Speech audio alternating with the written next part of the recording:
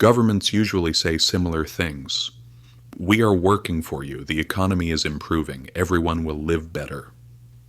But history tells us something different. When you look a bit into the past, you see a play that has been performed for centuries, impoverishing the people and gathering all the wealth at the top. And the funny thing is, the methods they use are always the same, only the form changes. The oldest trick, inflation. When the state has to spend more than it earns, it has two options: be honest and increase taxes, or quietly devalue the money, hoping no one notices. Rome did this very professionally. They gradually reduced the silver inside the denarius. At first no one noticed, then suddenly the money had almost no value. Salaries weren't enough, savings were melting away. This was basically a hidden tax. Its modern equivalent is central banks. The Middle Ages version, voluntary loans. Kings would go to merchants and say, "Lend us money for the good of the country." Of course, it looked voluntary on the surface, but it was actually mandatory. And repayment, sometimes late, sometimes in devalued money, sometimes never. Then the system itself turned into the trick. When the Bank of England was founded in 1694, the goal wasn't to improve the country. It was to raise money to fight France. The wealthy lent money to the state and collected interest. Where did this interest come from? From the people, from taxes on salt, beer, cloth.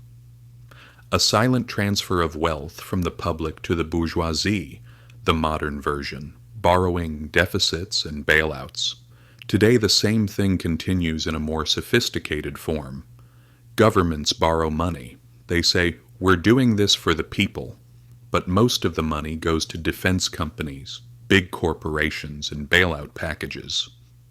And the bill? Again, the people pay. New taxes, more inflation, fewer social benefits. Who saved the banks in 2008? The public. And who became even richer? Of course, the banks. Retirement. That's another scheme. People pay in for years, thinking the state is saving for me. In reality, the money is spent immediately. What remains is a debt that future generations have to pay. Then, when the system gets stuck, rights are cut under the name of reform. All of this is perception management. Inflation is called growth. Mandatory loans are called duty. Bailouts are called stability. Cutting rights is called reform.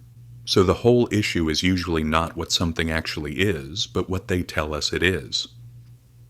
The New Age trick. Complexity. Today these tricks are done more carefully.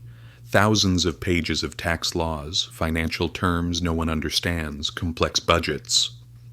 All of these hide one simple truth. So, you don't realize that money is being taken from you and given to the wealthy. Why is it important? Because these tricks still continue, and their impact is felt even harder. Inflation erodes your salary, debts grow, bailouts have become a normal reflex, and the pain always falls on the people.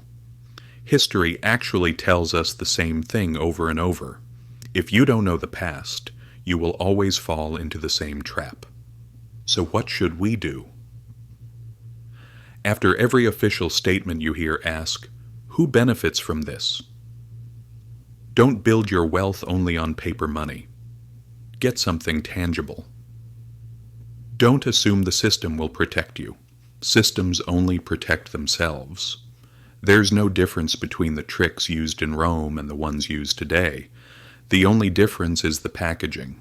And if you notice these things, you will always be one step ahead. Thanks for listening. Don't forget to subscribe.